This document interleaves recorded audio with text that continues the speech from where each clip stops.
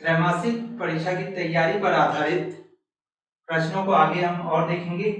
3 अंक के कुछ और प्रश्न देख लेते हैं। एक क्वेश्चन है जो समांतर श्रेणी पर आधारित है।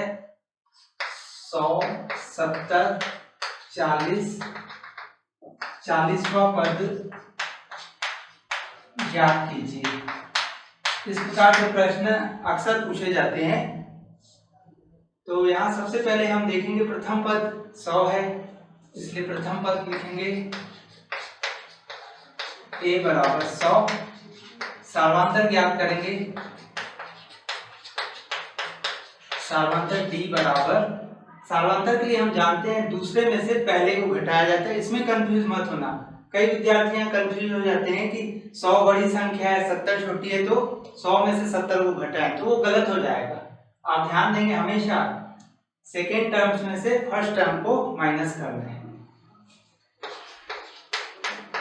फिर यहाँ गलती होती है विद्यार्थियों से, बड़ी संख्या ऋणात्मक है तो उत्तर भी ऋण में आएगा, तो उत्तर आएगा इसका सार्वधातुक 30, ऋण 30।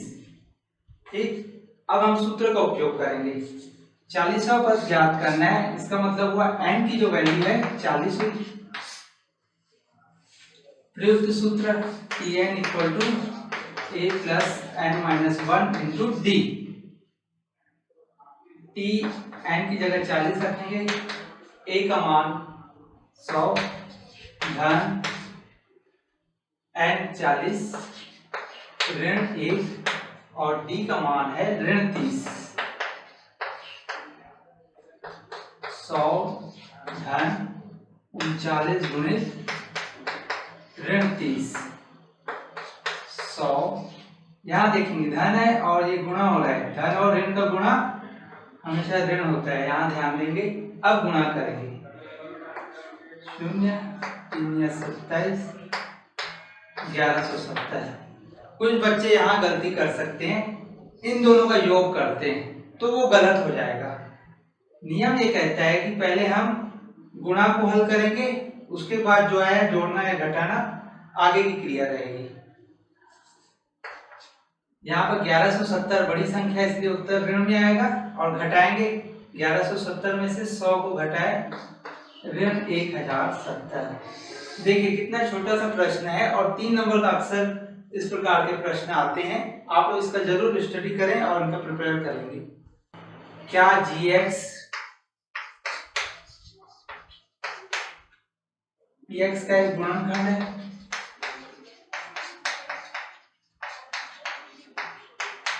ये बहुपद टॉपिक से लिया गया है।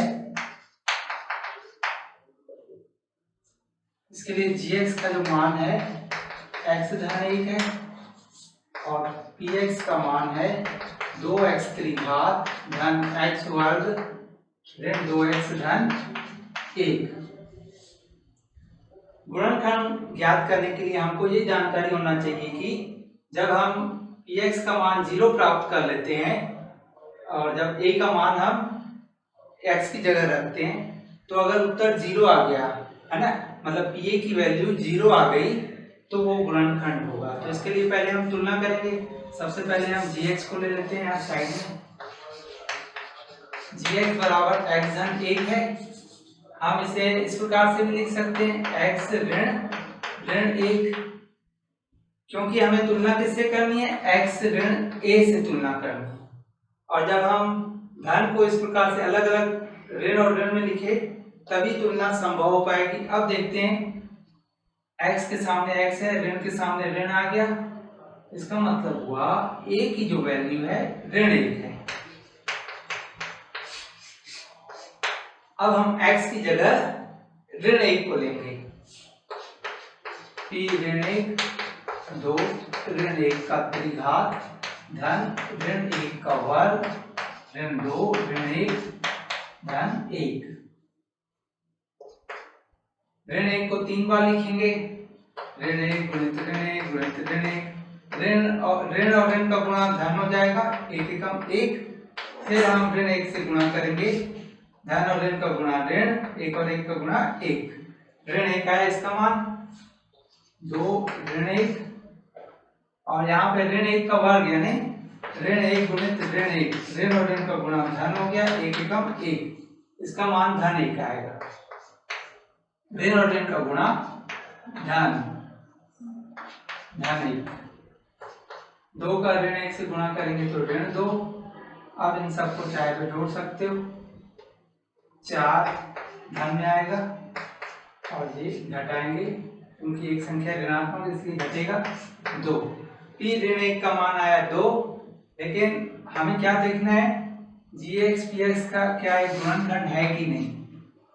अगर उत्तर 0 आता तो क्या होता है, ये gx px का एक गुणनखंड होता, लेकिन यहाँ पर 2 आ रहा है, अतः हम कह सकते हैं कि gx px का गुणनखंड नहीं है।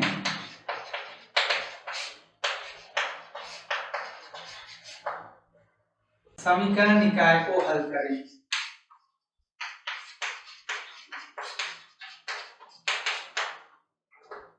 x धन y बराबर 7, दूसरा है x ऋण y बराबर ऋण 1। आप लोग पढ़ चुके हैं समीकरण निकाय को हल करने की 2 विधियां, एक प्रतिस्थापन विधि और दूसरा विलोपन विधि। इस प्रश्न को हम विलोपन विधि से हल करेंगे। विलोपन विधि में सबसे पहले हम देखते हैं कि कौन कौन सी राशियां कट रही है। तो यहाँ पर धन y है, ऋण y है, यहाँ पर दोनों धनात्मक है, धनात्मक कभी नहीं कटेगी। एक धनात्मक हो दूसरी राशि ऋणात्मक हो तो उसको आसानी से हम काट सकते हैं, y कट गया। अब ये दोनों जुड़ेंगी, यहाँ पर 1 है, दोनों का योग 2 हो गया, 2x बराबर, यहाँ पे पहली संख्या धनात्मक है दूसरी ऋणात्मक है, इसका मतलब हुआ घटेगा, 7 में से 1 को घटाइए, 6, x बराबर 6/2 बराबर 3। ये हमें x का मान प्राप्त हुआ।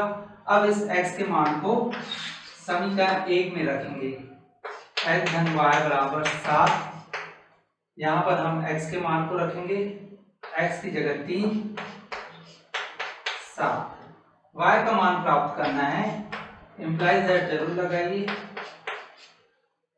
y का मान प्राप्त करने के लिए पक्षांतर करेंगे, 3 यहाँ है तो बराबर के उधर जाकर ऋण हो जाएगा, y बराबर 4, y का मान 4, x का मान 3। क्या ये दोनों मान सही है? तो इसे हम चेक कर सकते हैं, समीकरण 1 में मान रखकर देखते हैं। लेफ्ट हैंड साइड में x का मान 3 और y का मान 4 रख के देखते हैं, तो दोनों का योग 7 आ रहा है जो कि राइट हैंड साइड है।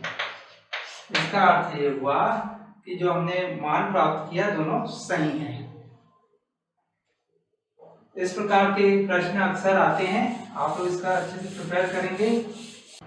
एक अनुपात और समानुपात पर है, चलिए अनुपात को बाद में देख लेते हैं। पहले एक प्रश्न है, आपके पुस्तक पर आधारित है, कबूतर व गाय की संख्या ज्ञात करें।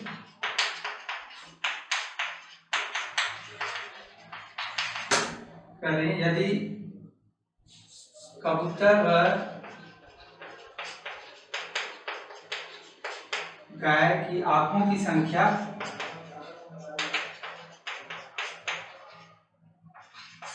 का योग जो है वो 120 है और पैरों की संख्या है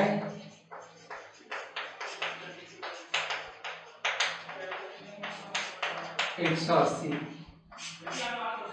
ये एक रैखिक समीकरण पर आधारित प्रश्न है। तो यहाँ पर हम इसको समीकरण के रूप में लेंगे। सबसे पहले प्रश्न काफी इंटरेस्टिंग है और इस टाइप के प्रश्न अक्सर आते हैं, तो इस प्रश्न को समझने का हम प्रयास करते हैं कि किस प्रकार से इसको सॉल्व करें। कबूतर और गाय की आंखों की कुल संख्या 120 है, तो हम ये मान लेते हैं, माना कबूतर की संख्या x है और गाय की संख्या हम मान लेते हैं y। अब पहली शर्त ये कहता है कबूतर व गाय की आंखों की संख्या टोटल कितनी है 120। क्योंकि हम जानते हैं कबूतर की 2 आंखें होती है तो कबूतर कितने माने हमने, x माने हैं, तो कुल आंखें कितनी हो गई कबूतरों की, 2x। उसी प्रकार से गाय की 2 आंखें ले लेंगे, आंखों की संख्या कुल कितनी हुई, गाय की संख्या y है, और चूंकि एक गाय की 2 आंख है तो कुल कितनी संख्या हो गई आंखों की, गाय की 2y है। इनका योग जो दिया हुआ है वह है 120। इस प्रकार से एक ये इक्वेशन बन गया। दूसरा शर्त के हिसाब से देखेंगे, शर्त 2 से, शर्त 1।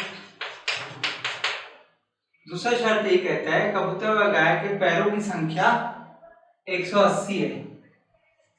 तो कबूतर के चूंकि 2 पैर होते हैं तो कुल पैरों की संख्या हो गई 2x कबूतर के लिए, और गाय की बात करें तो गाय के कुल 4 पैर होते हैं तो इसलिए 4y आएगा, मतलब कुल गाय के पैरों की संख्या 4y और कबूतर के पैरों की संख्या 2x, और इनका योग जो है 180 है। समीकरण 1 समीकरण 2। अब हम इसे विलोपन विधि से हल कर सकते हैं। विलोपन विधि से हल करने के लिए यहाँ देखते हैं सब धनात्मक है, तो एक ऋणात्मक लाने के लिए क्या करना पड़ेगा, घटाने पर, यानी घटाएंगे। घटाने के लिए क्या हो जाता है, समीकरण में जो चिन्ह है वो बदल जाता है। तो धन के ऋण हो गए, ये कट गया, ऋण 4 धन 2 ऋण 2 आएगा, और ऋण 180 में से 120 को घटाएंगे तो ऋण 7। तो y का मान आ जाएगा, ऋण ऋण कैंसिल हो गया, 60/2 बराबर 30। अब y के मान को हम समीकरण 1 में रखेंगे, 2x धन 2 गुणित 30 बराबर 120, 2x धन 60 बराबर 120, 2x बराबर 120 ऋण 60 बराबर कितना है 60। ये 2x का मान है। x का मान प्राप्त करने के लिए हम 2 को नीचे ले जाएंगे, 60/2 30। x क्या है, कबूतरों की संख्या, और y क्या है, गाय की संख्या। तो इस प्रकार से दोनों की संख्याएं 30-30 आएगी। क्लियर?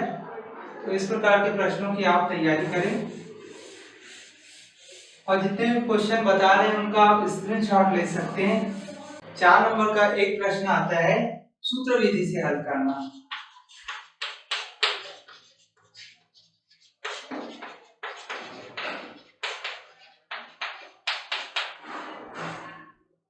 है x वर्ग धन x ऋण 2 बराबर 0। सूत्र विधि यानी श्रीधराचार्य सूत्र एक ही है दोनों। सबसे पहले हम तुलना करेंगे ax² + bx + c = 0, जो वर्ग समीकरण का मानक रूप है। a का मान 6, b का मान 1, c का मान ऋण 2। और श्रीधराचार्य सूत्र से x बराबर ऋण b धन ऋण वर्गमूल b का वर्ग ऋण 4ac/2a। यहाँ पर b का मान 1 रखेंगे, ये सूत्र का ऋण, और ये b का मान 1 धन ऋण वर्गमूल 1 का वर्ग ऋण 4 गुणित a का मान 6 और c का मान ऋण 2। चिन्हों पे ध्यान देंगे आप, बटे